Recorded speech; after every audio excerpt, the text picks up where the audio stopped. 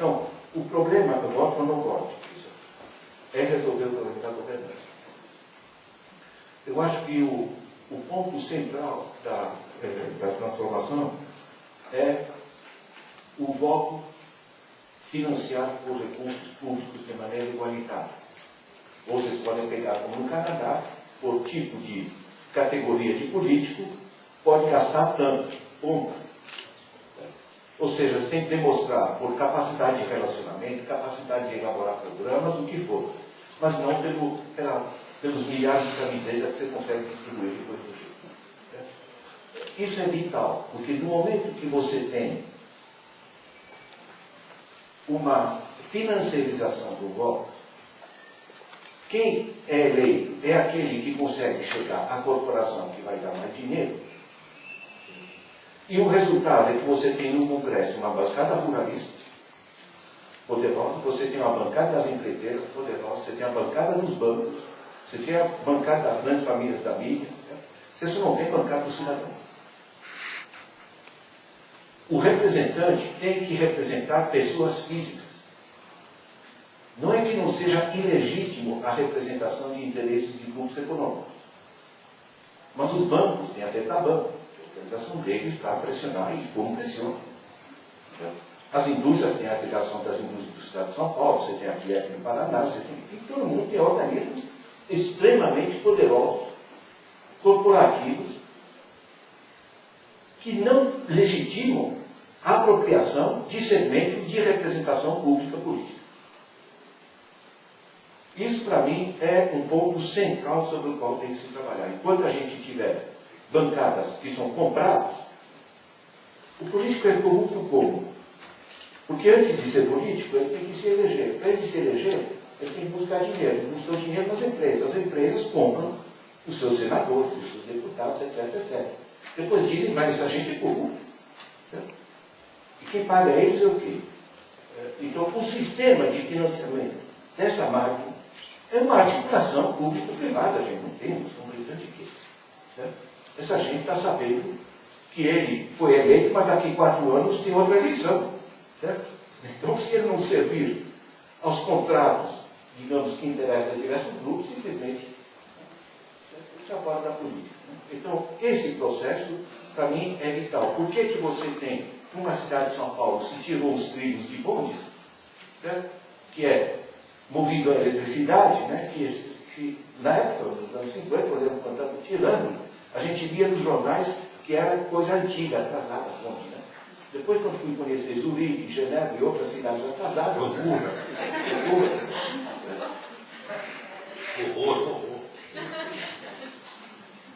enfim, portanto, esse ponto é central, que é parte do processo decisório da eleição de políticos. Né?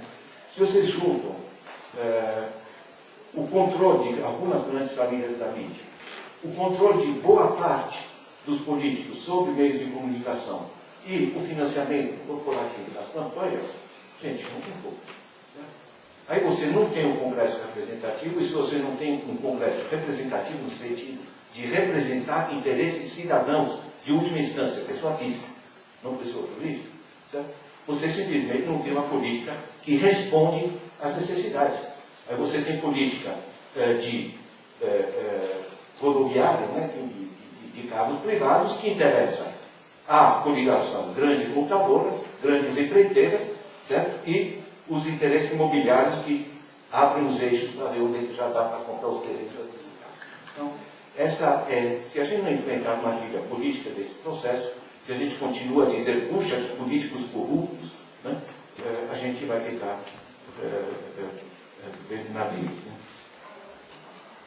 Deixa eu mencionar uma coisa assim que foi bastante levantada aqui, que é a política tributária. Né? Eu estava falando com o Amir Cair, né, um dos melhores conhecedores desse problema aqui no país, né?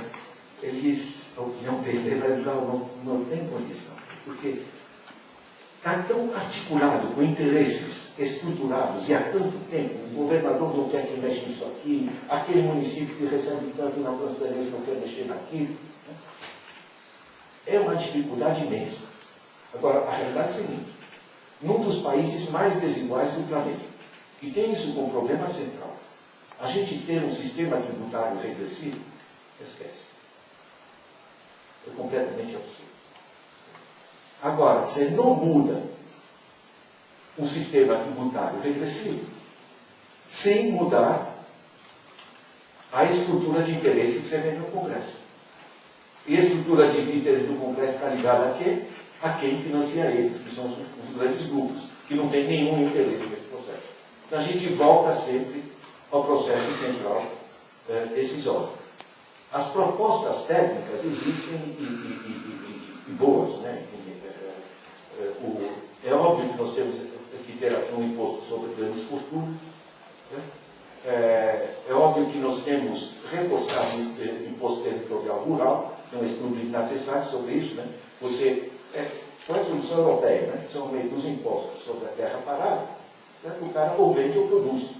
Se produz, tudo bem, vai empregar gente, vai fazer coisa positiva, senão ele vende. Se você vende, você põe mais venda, você baixa o valor unitário do hectare e gradualmente você vai. Eu só sugerir a vocês, comercial.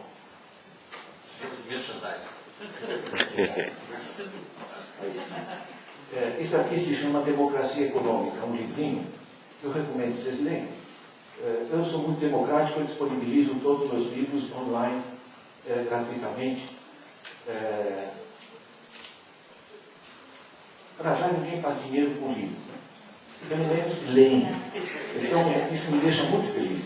E no meu site tem hoje uma média de 900 downloads de textos por dia.